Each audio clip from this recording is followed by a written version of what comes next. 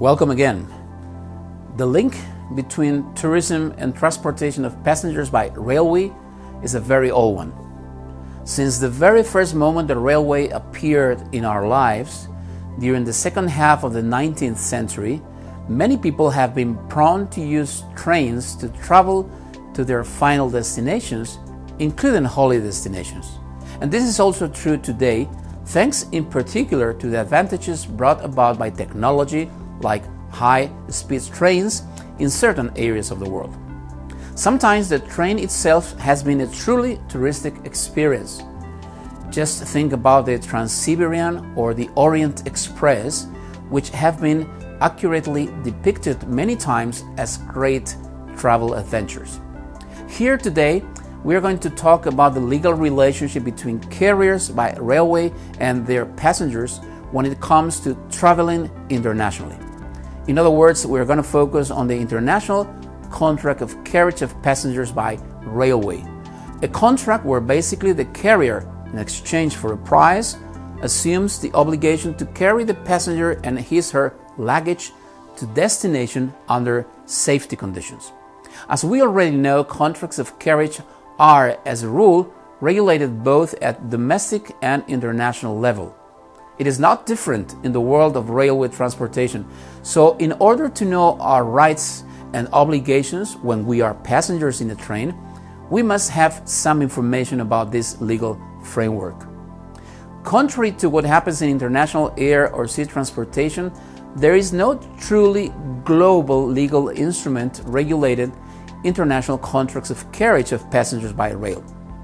The train stops when there is no more land or where the land does not help building railway infrastructures. So basically, efforts to regulate international contracts of carriage of passengers by train have had a limited geographical approach and have been assumed by international organizations devoted specifically to railway activities.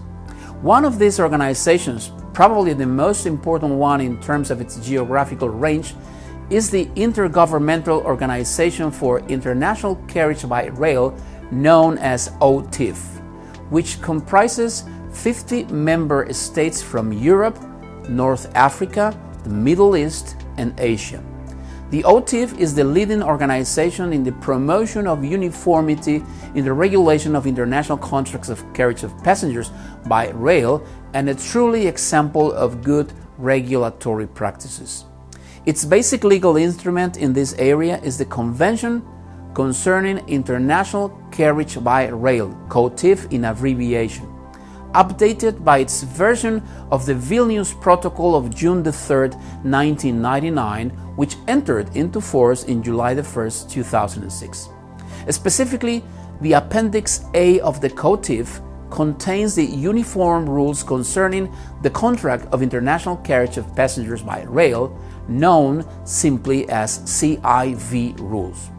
These rules shall apply mandatorily to every contract of carriage of passengers by rail when the place of departure and the place of destination are situated in two different member states, irrespective of the domicile or the place of business and the nationality of the parties to the contract of carriage. They offer a quite complete legal regime applicable to contracts falling under their scope. They deal in detail in the first place with the conclusion and performance of the contract of carriage, including rules applicable to carriage of hand and registered luggage, animals, and vehicles. In the second place, as is common in all international carriage conventions, the CIV rules focus intensively on the regulation of the liability of the carrier in the cases of death of or personal injury to passengers, failure to keep the timetable, which includes cancellation, late running of trains and missed connections, and finally, damages to hand and registered luggage, animals, and vehicles.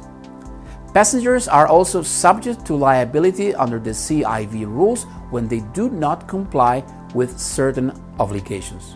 And finally, the CIV rules focus on the issue of claims and actions which may be born out of the contract of carriage between the parties. These are important for practical reasons because they tell us where to file our claims and within which time limits.